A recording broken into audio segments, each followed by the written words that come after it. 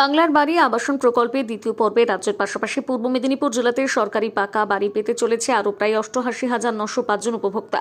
আজ গোটা রাজ্যের সাথে সাথে পূর্ব মেদিনীপুর জেলাতে রাজ্য সরকারের নিজস্ব অর্থায়নে বাংলার বাড়ি প্রকল্পের দ্বিতীয় পর্যায়ের উপভোক্তাদের ব্যাংক অ্যাকাউন্টে প্রথম কিস্তি 60,000 টাকা এবং শংসাপত্র তুলে দেওয়া হলো। একই সাথে জেলার বিভিন্ন ব্লকের 143 জন মানুষের হাতে কৃষি ও বাস্তু জমির পাট্টা তুলে দেওয়া হয়। জেলার মূল অনুষ্ঠানের মঞ্চ থেকে 10 জন কৃষকদের হাতে কৃষি যন্ত্রপাতি ক্রয়ের জন্য রাজ্য সরকারের আর্থিক অনুদান ও খারিফ মৌসুমী কৃষিজাত পণ্যের ক্ষয়ক্ষতির কারণে কৃষকদের হাতে রাজ্য সরকারের নিজস্ব অর্থে চালু বাংলা শস্য বীমা যোজনার অধীনে আর্থিক ক্ষতিপূরণ তুলে দেওয়া হলো।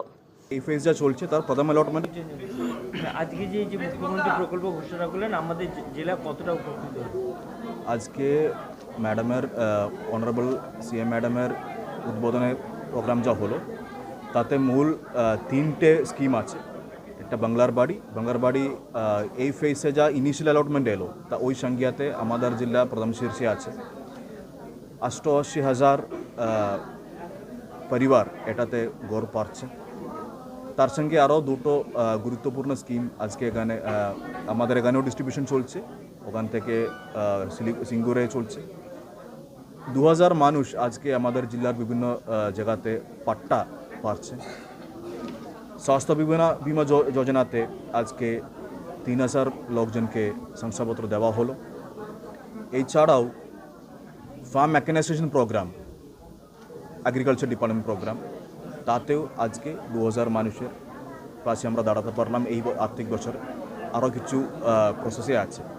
তো 2000 বেশি ফার্ম মেকানাইজেশন সাপোর্টও আমাদের জেলার কৃষকদের কাছে আমরা পৌঁছানোর জন্য চেষ্টা করছি।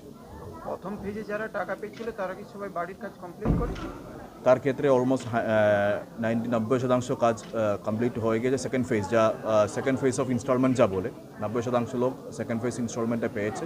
ওরা লাস্ট কমপ্লিশনের শেষের দিকে আছে। ইতিমধ্যে অনেকটা কমপ্লিট হয়েছে, বাকিগুলো শেষের পর্যায়ে আছে।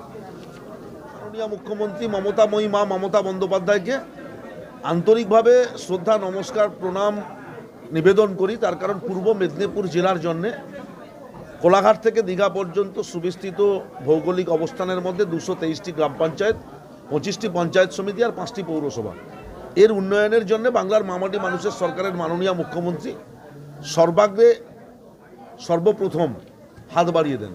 তার কারণ আমরা পথশ্রী 1 দেখেছি, পথশ্রী 2 দেখেছি, পথশ্রী 3 দেখেছি, আবার রাস্তাশ্রী 4 দেখলাম, যে আমাদের জেলাতেই বেশি উন্নয়ন। সবসময় পূর্ব মেদিনীপুর জেলাকে মমতা বন্দ্যোপাধ্যায় নিশ্চিতভাবে উন্নয়নে ভরিয়ে দেওয়ার জন্য সচেষ্ট।